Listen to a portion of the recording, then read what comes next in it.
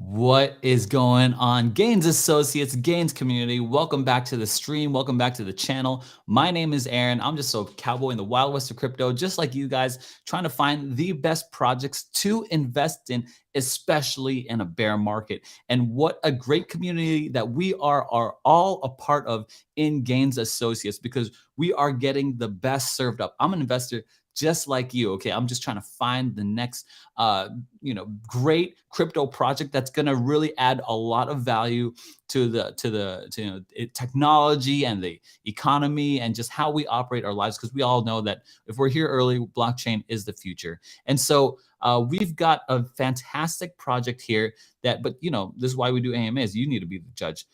It's called Purefi, and we have some of their the core team members on here with us, Miha and Vasily. But before we meet them, guys, be sure to give us a like on this video. Be active in the show, because you're what makes part of the show. So be active, ask questions when you need to. And of course, hit subscribe to the channel. Join us on our Telegram, our Twitter, our Discord. We got a whole bunch of stuff, because stay up to date on the latest and greatest projects. Now, let's talk about Purefi. Purefi, we've got some of the core team members here, and we're going to grill them up for some questions here, because we want to know who has the best projects out there and what they bring to the table. So we have Miha and Vasily. Welcome to the Gains community. How are you guys? Hi guys, good to be here. Feeling very good Good to be today. here. Thank you Nice to for the meet you. intro. Yep. Good deal. Now, Miha and Vasily, could you guys let us know a little bit about who you guys are? Like, where's your journey into crypto? And then we could get into Purify, a little bit of an origin story, backstory. Yeah, so Yeah. let me start probably. So I'm a tech guy here. So I'm a CTO of Purify and I'm responsible for technology and implementing the product, and managing all team members. I mean, technical team members, not marketing team and stuff like that. But actually, mm, I just returned from NearCon today, so I'm a bit sleepy because my flight was delayed 5 hours, and I'm actually wearing Near t-shirt because it's my last one fresh t-shirt for the day. Crypto So never nice to be, sleeps. yeah, crypto now sleeps definitely. So nice to be here, and if there will be any technical question, this will be technical. This will be question from me. Awesome. Vasily. Yeah, so I'm the CEO of Purify, and I actually been with the project about 1.5 year. I started in more of traditional compliance industry, consulting compliance, but crypto was always my passion. So now I'm kind of trying to disturb the world with compliance and blockchain, balancing them together. So yeah, and I actually have just returned from the Binance conference. I didn't have a chance to put the Binance shirt yet, but just literally 15 minutes ago. So looking forward for discussion. Awesome. Yeah. And those conferences, I take all the free shirts that I could get. So I have a whole new wardrobe after those conferences. Latif asked the next logical question. Vasily, welcome. Miha, welcome. Why did you come up with this Purify? And more specifically, what is Purify? What does it solve? Give us the broad strokes on Purify. Yeah, so the name Purify actually comes from the name pure. So it's we're trying to make the DeFi world to be pure, and Fi is just kind of a part of DeFi. So there's Fi, so it's pure finance basically. Well, so the Purify is a compliance protocol that tries to bring compliance into DeFi because I know in DeFi people try to be anonymous and decentralized, but there are still some issues that prevent the industry from being even more mass adopted as uh, before because of the compliance issue that relates to money laundering, sanctions. The recent case with Tornado Cash is an example, and also the regulations sometimes they're a bit sloppy and not kind of out of place, but they're getting better. And what we're trying to do is we're trying to take the traditional compliance approach and apply it to DeFi with various technical methods and smart contracts and all of that, that probably Mika can get into more details. Okay. So are you saying that you are applying traditional compliance and regulations to other projects, or are you carrying out DeFi for your project? Or No, we're actually helping other DeFi projects, okay. other basically dApps, DEXs that have smart contracts to be compliant. And we have our own smart contract that can connect to their smart contract, acting as a protective layer. So in particular, those projects, either be it a dApp or a smart contract, they can set up a rule which wallets they want or don't want to see in their ecosystem. So as an example, you can make a rule that the wallet, aka user that connects to your smart contract, has to be over 18 years old, has to be not from a sanctioned country, and the risk score of the wallet of a user has to be, let's say, over 50%. Um, Risk score is something that probably we can get to a little bit later, but basically it combines all of the sources that you have interacted, like regulated exchanges, dark markets, sanctioned wallets, and gives you a cumulative risk score. So if it's high, it means that you have a lot of risky sources, and if it's low, it means that you have less risky sources. Okay. Yeah, I just So want to try to add that actually Purefi is kind of a filter for other projects. So we do not have any hours access or finance instruments or anything like that. So we are just a project that brings a compliance to DeFi protocols and actually any other dApp. So if we are talking about dApps that could be probably profit from integrating Purefi, so this could be the dApps that use other finance or provided liquidity, provided stable coins, any dApp that actually grabs the finance from users and use their money for anything, actually. okay. And like Vasily said, actually, some of them could be probably gaming dApps that are actually enforced by regulations to serve users who are over 18 years old. Okay, so that's a good point. So if I'm starting a crypto gaming project and I want to be compliant, you apply the Purefi filter onto them. And it's not like Certic where it points out your problems. You take it a step further and you point out the problems, and then you work to help a solution like this. You implementing rules for particular wallets and all that kind of stuff. Is that about right?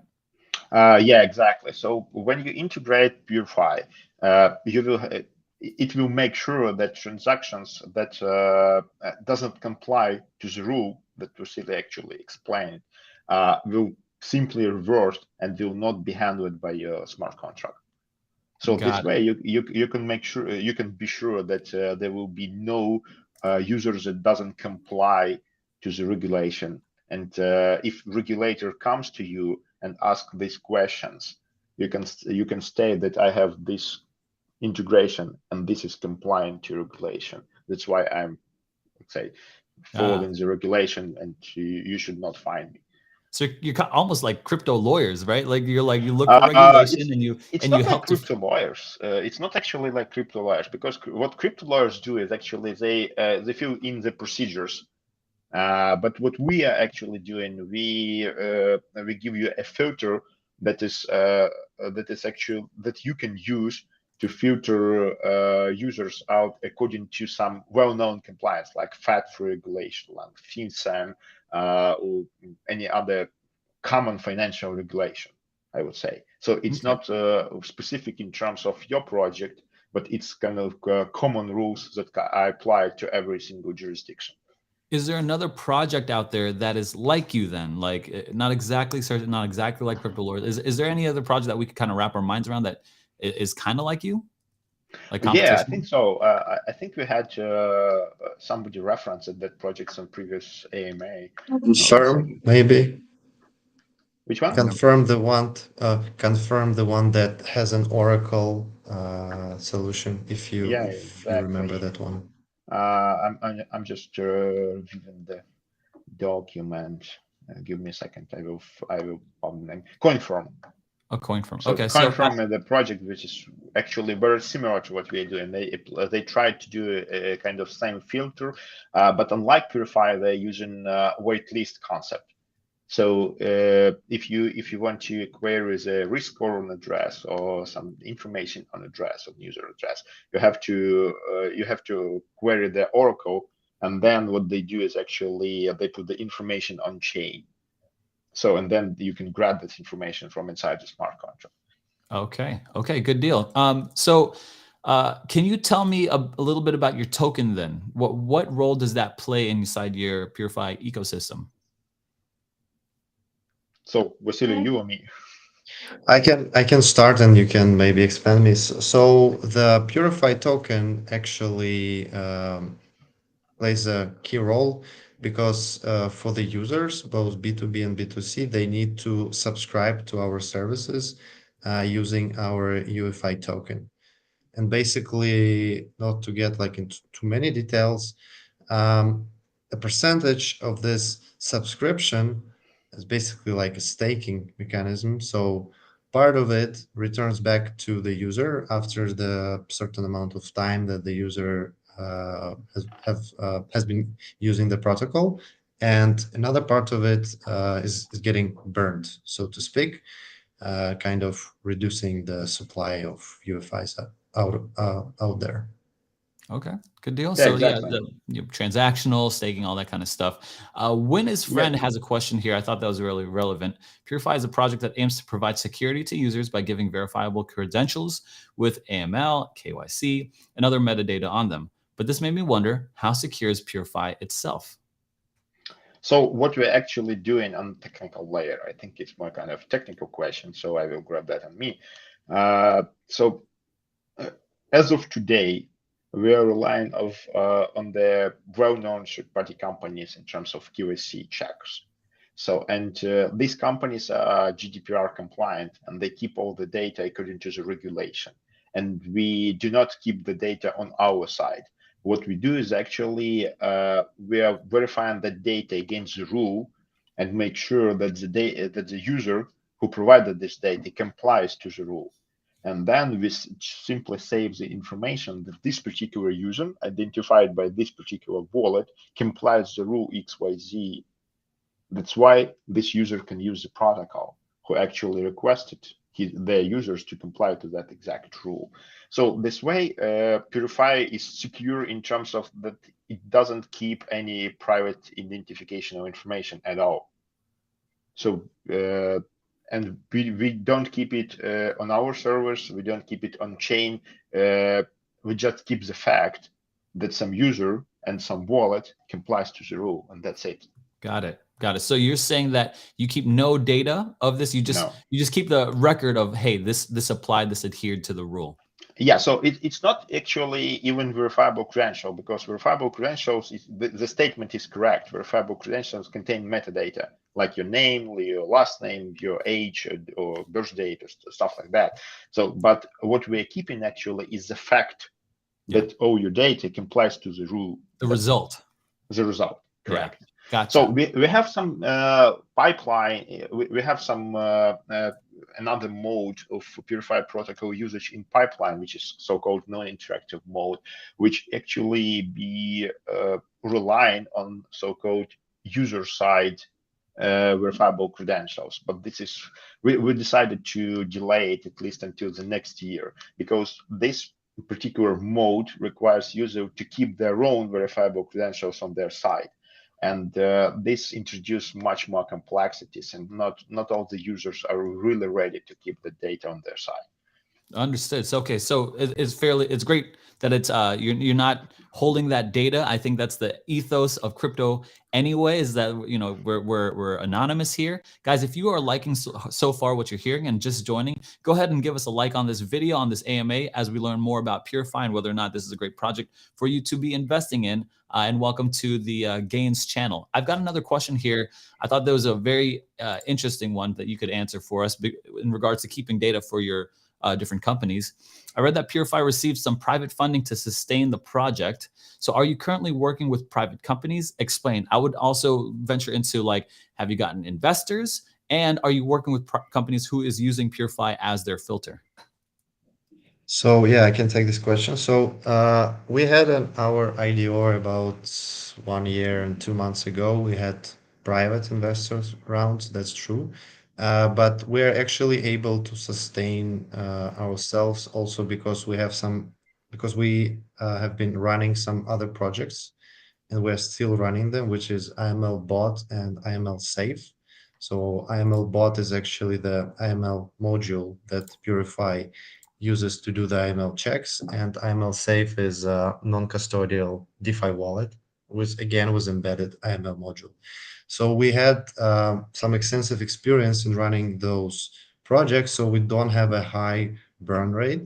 So during kind of the bear market, we're able to optimize our expenses and still sustaining our projects and focusing on building our product. We actually released our main product during the bear market. And in terms of the private companies, so if you look at this like from the broader perspective, DeFi is not that decentralized because uh, behind any famous DeFi protocols, like for example Uniswap, there is Uniswap Labs or however the company is called. So behind any like more or less famous and big DeFi arrangements, there is an ultimate beneficial owner that receives a share of the fees or operates the protocol somehow and benefiting from it.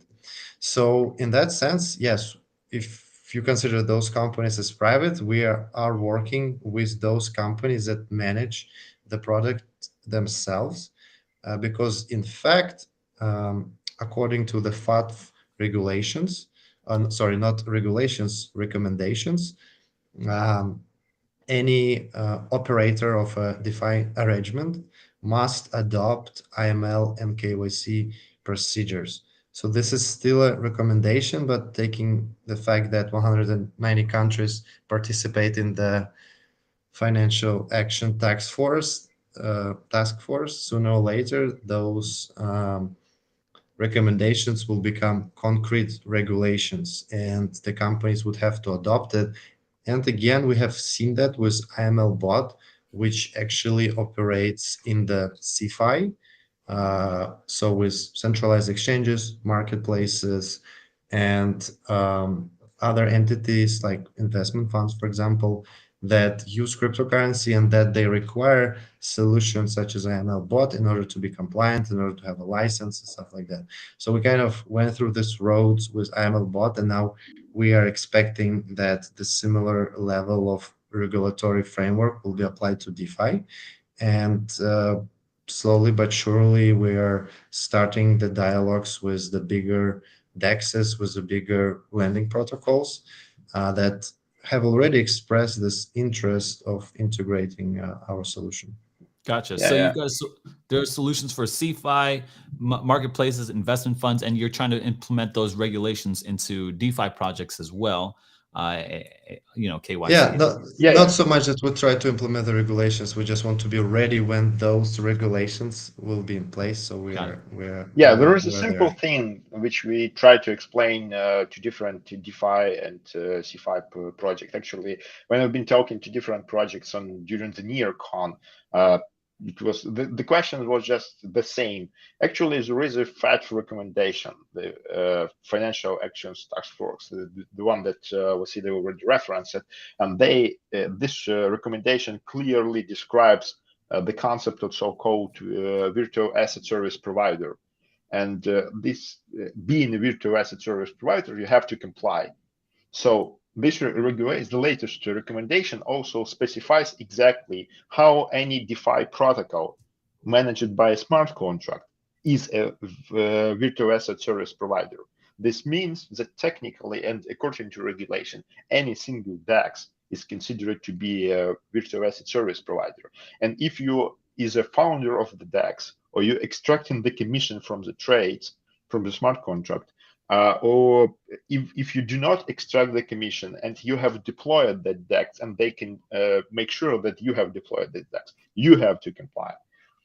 So people are actually underestimating this fact, but actually what we're trying to explain to all the protocols we'll be talking to is actually that no matter when they will have to integrate, it's better to do that earlier than later, because with Purefi is actually integrating on smart contract layer. Thus, if you cannot emit the checks on the smart contract, because if you integrate on the front end, you can directly send a transaction to the smart contract and it will be accepted, just because you omitted the front end, like Uniswap front end or something like that. But if we are integrating with Purefi, you're integrating on smart contract layer and you cannot emit the smart contract check. And what normally projects do is actually they have to do some audit before they go on the main net, just to be secure and to prove to the users that they are secure. And what we found that after they have received the audit report, it's hard for them to include and integrate Purefi, because this triggers smart contracts changes, and they have to make audit once again. So what we're trying to explain is that it's easier for them to include Purefi right today, even not using them. It different. It actually, like you might not. You might have a flag inside your smart contract to enable Purefi, but you should have it today, because we have released this SDK. It will not change. Yeah. Because if tomorrow you will have regulators come, they will just enable this, and you will not have to do another audit, another deployment, and stuff like that. Sometimes when I build furniture, I'm building and then I install something backwards. I'm like, it's okay. I'll change it later. And so I finish it all out and I realize I have to change it and I have to break everything back down to change it back and then build it back up correctly. And that's what you're saying here, is that when you're building out these projects, it's best to get it done early, fix the problem early, that these audits will give you recommendations, but in the future, those recommendations are going to turn into regulation. They'll turn into compliance. And that's where Purefi is helping these projects do. They're helping to hit regulation and compliance in the future, but are seen as recommendations now. So yeah, totally get it. Totally understand. Riza gives us this question: partnerships are the backbone of any successful project. Can you share us with some of us Purefi's partnerships and what benefits can we expect from these partnerships? Well, we have a number of partners actually that everyone can see on our website. What we try to do is we try to partner with various DeFi arrangements that can have various use cases to show that Purefi can be applied to most of them. Also, we have some partners within gaming and NFT, like PCPO, that they have actually have already integrated Purefi, not on the smart contract level, but they have like NFT marketplace, and the users there have their so-called trust scores. So the user checks his or her wallet, and if the risk score is low, then the trust score is high, and vice versa. We also had one GameFi project because our solution is not only AML compliance, it's also KYC. So we are able to cover that market as well. Also, we actually have a close partnership with Gate.io, where we are listed. And just yesterday, we had also a webinar with them about the importance of the compliance. So we're trying to keep these discussions open and ongoing.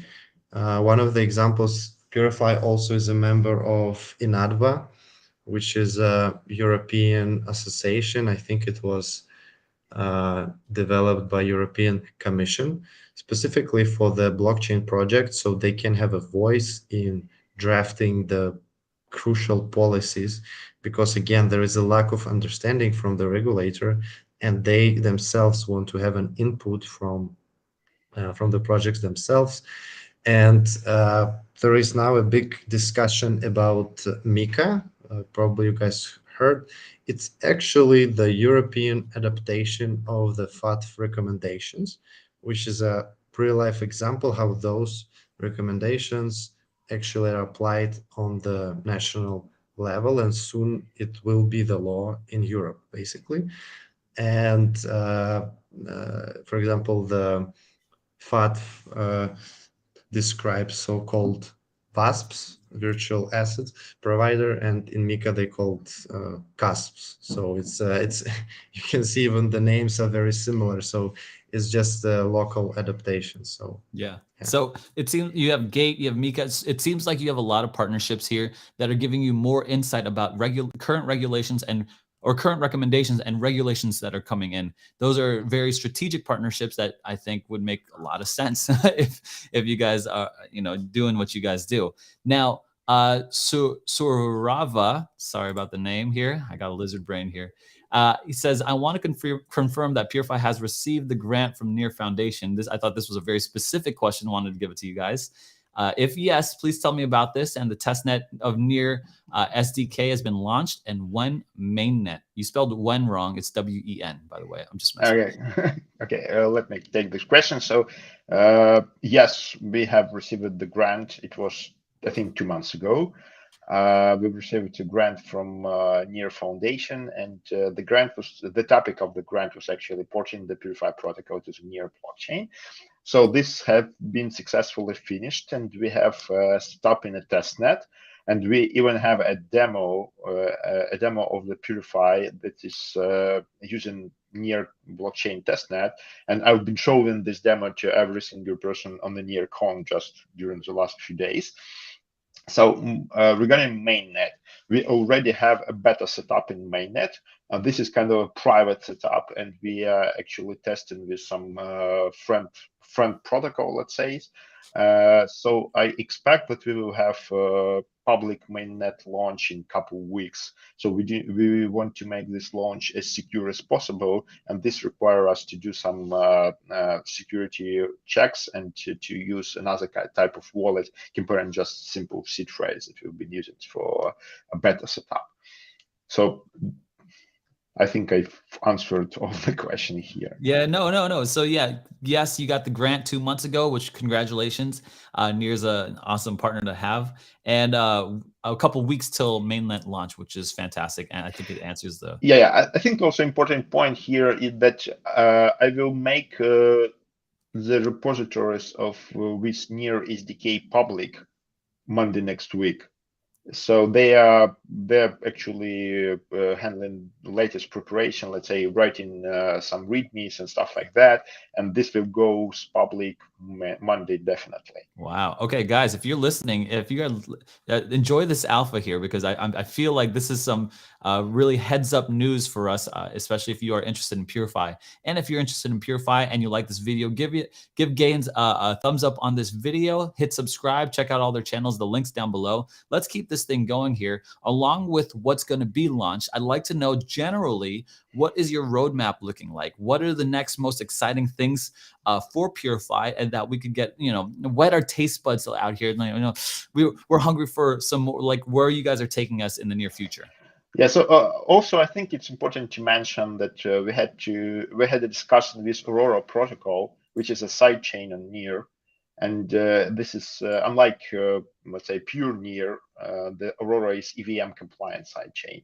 So let's say kind of Ethereum engine brought into the Near ecosystem, and we'll be talking to Aurora guys, and we've discussed their ecosystem, and we also found that we actually underestimated the importance of Aurora for the whole Near ecosystem, and we will probably we will definitely work on launching a Solidity SDK on Aurora as well. So this will be a little bit different comparing to Binance Smart Chain and Ethereum, because Aurora doesn't have Purefi token in it. So the subscription probably will work differently. But what we actually agreed is that we definitely launch the SDK. So this will allow Aurora ecosystem projects to rely on KYC and on KYC checks with Purefi. So we do not have AML stuff for Aurora definitely, but at least we can validate wallets against the blacklist, so that Aurora users can be sure that they do not interact with, let's say, exploited wallets in another EVM compatible chains. So this is about near ecosystem. So our roadmap is pretty dense. So we have at least 8 EVM compliant, EVM compatible chains that we plan to release on during the nearest 3 months. So before the next year, let's say. We also have some integrations in the pipeline. I cannot uncover that integrations as of today. Probably we will not release to any other blockchains that are not EVM compatible, because this requires us to create a new modification for SDK. And this is at least 2 months of work for our team. So we'll be concentrating on expanding EVM compliant ecosystem, just because so first of all, Purefi is blockchain agnostic protocol. So this means that we can technically support any kind of blockchain.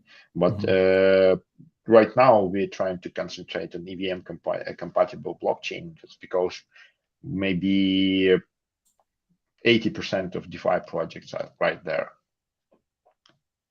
Gotcha. Okay, so I've got some interesting questions that have flown in here. I wanted to bring it to you guys because this kind of ties in with the with roadmaps and everything you guys are doing. I can't pull it up here, but I'm going to read it to us. According to your website, to pass Purefi VC certificate, you have to have legit funds, but not politically exposed and no criminal records. In my opinion, that's a lot of private data to be supplied to another party. So how issuers going to deal with how are issuers going to deal with that data once the certificate is issued? As I already said, that we do not keep the data, and we're relying on the trusted third parties that are actually our partners. So this is a question related to partnership. So we have few ecosystem partners that provides us with QAC checks, and they handle this document-based interaction with end users. So we, as a Purefi, we do not keep the data. So this data is actually just exposed to our third parties, and they also do not keep it for the whole time. So they just issue the certificate, and they provide us with some of this data. We validate this data against the rule and erase it. So we even do not store it on the hard disk. Gotcha. Second question is from Chismo, says here, my question is about the AML Risk Score in Purefi Protocol and integration in dApps. What criteria or parameters does Purefi checks in a user's crypto wallet before they can classify that the user or his funds are malicious, and can any dApp on any chain integrate AML? I will take the last part of this question, and Okay. I think that Vasily will take the first part, just because he understands it better than I am. So the answer is yes, you can integrate with any dApp. So you can follow our documentation, which is public, docs.purefi.io. So you can follow to integration and then choose QAC and ML framework, and you will see the Solidity integration guide with an exact example how to do that. So yes, any dApp, which is actually a front end and a smart contract, any dApp can integrate it on a smart contract layer. Yeah. So the whole question about the AML risk score is we kind of have to start from the beginning. So as I said, the AML checks, or sometimes it's called KYC, know your transactions, they are powered by AML bot. And basically how this works is that most of the blockchains, if we're talking about the public blockchains, they're public, they're out of there. They're kind of anonymous, but not really, because you can still see with whom this wallet interacts and what is the pattern of interaction. So with a degree of analytics and actually using the open sources, like for example, I know we're not don't want to give a bad example, but we all know that if you go to a dark market, there will be a deposit address, right? So you can already associate that deposit address with a dark market entity. So what the blockchain analytics AML companies do is that they analyze the public blockchains and they do clustering. So they create various clusters of addresses that belong to that group. So on the positive side, there might be a cluster of Binance addresses or the cluster of Coinbase addresses or any other regulated exchange. And obviously, the interaction with those parties is not risky. So the clusters of those exchanges will have a very low or almost zero risk score. Then there are some exchanges that may be a bit shady. So they might be put, for example, the ones that don't require the KYC up until a certain point. So they might have a bit of a higher risk score, but still it will be low to medium. Then, for example, there are sanction exchanges or exchanges that were hacked or exchanges that were a scam. So those exchanges will obviously have a very high risk score. And the same can be said about other entities such as wallets. Um, Dark market obviously is the highest risk score. Now, new very popular category is sanctions. So basically, all of the addresses associated with the Tornado Cash are in the sanction category, which is again the highest risk score category. And there are a number of others in the low, medium, and high range. So what happens is that when you, as a user, interact with the wallet from that cluster or from the wallet that interacted with that cluster, you starting to get a certain risk score. So again, if you would withdraw from a dark market, you would have most likely 100% risk score. And if you would withdraw from Binance, you're gonna have like almost 0% risk score. But some people they have many transactions with many wallets, so this creates kind of a one big uh, risk score. So this actually what impacts the user's risk score. And nowadays, those analytical solutions are used by all of the regulated exchanges. So whenever you send deposit to Binance or Coinbase, they check your transaction. And be sure if you will try to send them money from dark market, especially like over 1 or 2K, like 99% of the time your account will be frozen and you then would have to prove that you are not related to the dark market. And in the worst case scenario, they can even report you to the authorities because as a regulated entity, they have an obligation to do so. So something similar is already coming to DeFi. And we have already noticed, for example, that Uniswap and Aave, they block certain wallets from their interface, from the front end. So if you have a wallet that interacted with Tornado Cash and you go to Uniswap and you press connect, it will say, oops, sorry, you cannot use us. You cannot use Uniswap because they want to be compliant again. And because especially American companies, they take sanctions very seriously. So and it's well known that there is a company behind Uniswap, so they don't want to have a regulator knocking on their door, even though there is no like any specific regulation, but they do it as a precaution.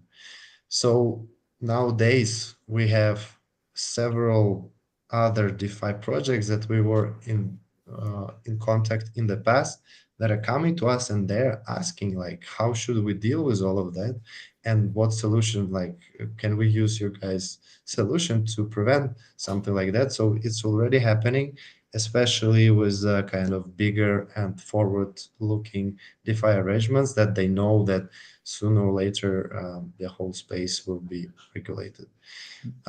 So I hope this answers at least some part of the question.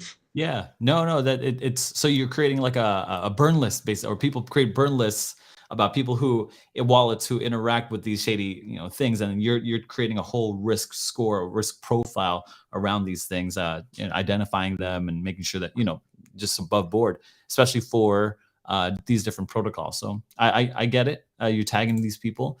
Duong 1917 asked this: could you tell us a bit about the efforts of Purefi has made and will make to attract and keep members of its community?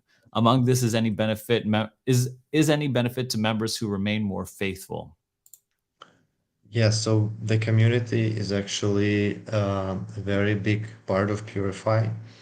And within the life cycle already that we have been through, we, for example, had to go through clearing our community from bots, kind of, because we had in the beginning, especially, we conducted some giveaways and we had this bot problem where our group just got inflated with inactive accounts. And posting those generic hi hello comments from that doesn't make any sense, so, and it just doesn't look good for the real user. So we took our time, we cleared our community, and now we actually every year we have sorry, not every year, every week we have some engagement contest where basically users are encouraged to do several tasks, which include like liking, reposting, easy one, then doing some research, spreading the word about Purify. And those contests, they've been pretty successful. So we were able to increase the real engagement rate in our community by like tenfold. And like we had like amazing stories, like we had our anniversary, I think. Purify was in July July 27th, and we had, 27th, yeah. yeah, and we had a guy who baked the cake with the Purify logo, which was super cool. It's like so we have a community that actually supports our project, that kind of like what we're doing, and we reward them with our tokens and with some tangible assets, like with posters, like note cards and stuff like that. So we had a little nice community engagement going on, and is growing. So we can be sure that when the bull market come, it will even expand larger. So Awesome. yeah. So yeah, Yeah, so you're yeah. So saying, I also want to uncover some plans regarding our community building and management. So in the nearest time, I wouldn't give any exact dates, but the decision is already taken, and we will have a new farming program that will be engaging people who are actually have a subscription with Purify. So probably it will be. So I think it will be launched on Binance Smart Chain, and will not be launched on Ethereum. So I think that this will give more traction to our protocol, and the idea that there will be given rewards to people who are actually holding Purify subscription. awesome. So I think that I've seen a question here in a thread. The person asked, how can I use dashboard to pass through the KYC procedure? So the answer is you have to go to dashboard, subscribe, and then upload the documents and be verified. So that's it. Very simple. And Pretty you will simple. be able to be a part of that marketing program. Gotcha. Guys, just to remind you of what they just said, look, they have got a lot of contests, a lot of true community engagement. Someone's baking cakes for them and stuff like that. They're trying to weed out the hi, hello. I get the same ones also. I see them. It's like all these bots. So they got a true community. And if you want to join that community, hit the links down in the description below. Check out Purify and their socials, profiles. I'm sure they're willing to talk to you, and they got mods and stuff like that. And join the community if this is a project for you. Now, we've reached the end here. I'm going to give it to you guys for the last bit here, but in general, guys, if you like this kind of content, give us a like on this video, subscribe, join the games community if this is something that, if you like these types of projects. We're only bringing the best, most trusted, real, like true blue entrepreneurs, technicians, just brilliant geniuses here who are really trying to make something, at least DeFi, more safer for the future, trying to make these companies hit regulation, hit compliances, because we all know that these are coming down the pike. And Purefi intends to be there helping a lot of projects along the way. So be sure to check them out as well. Now, Miha, Vasily, we've reached our time here, but I want to give you guys the final say here. If you were to try to convince anyone else who would be interested in Purefi, what's something that you could say, some confidence you could give us, and something to leave us with today? Good question. Good question. I have something in mind. I mean, I would say that you should not be kind of negating that there are some risks, and most importantly, that there is a regulation. But in the end of the day, it's not that complicated, and it's pretty straightforward what you have to do in order to be compliant. And this is something that is kind of inevitable, like they say, two things, death and taxes. So I would put that the third one is regulations. They're also inevitable. So we are here to help. We are very open to a dialogue. We can be as flexible as possible to fill you guys' needs. And yeah, so just feel free to reach out. Yeah, I agree with you. Blockchain is Yeah. the future, and it being the future, regulations is going to happen. Death, taxes, and regulation, that's really going to be happening here. Yeah, Guys, don't wait until regulators come to you. Try to think at least a couple steps up front. If you can integrate with Purefi today, this doesn't mean you have to enable all the checks, but you will have that already done inside your smart contracts, and when regulators come, you will just enable them. absolutely. Guys, thank you so much for joining us on the live stream. Miha, Vasily, thank you so much for being here. If you guys like this video, hit subscribe and check out all of Purefi's social links down below. And we will see you guys in the next stream. See ya. Thank you. Thank you, Bye-bye. guys.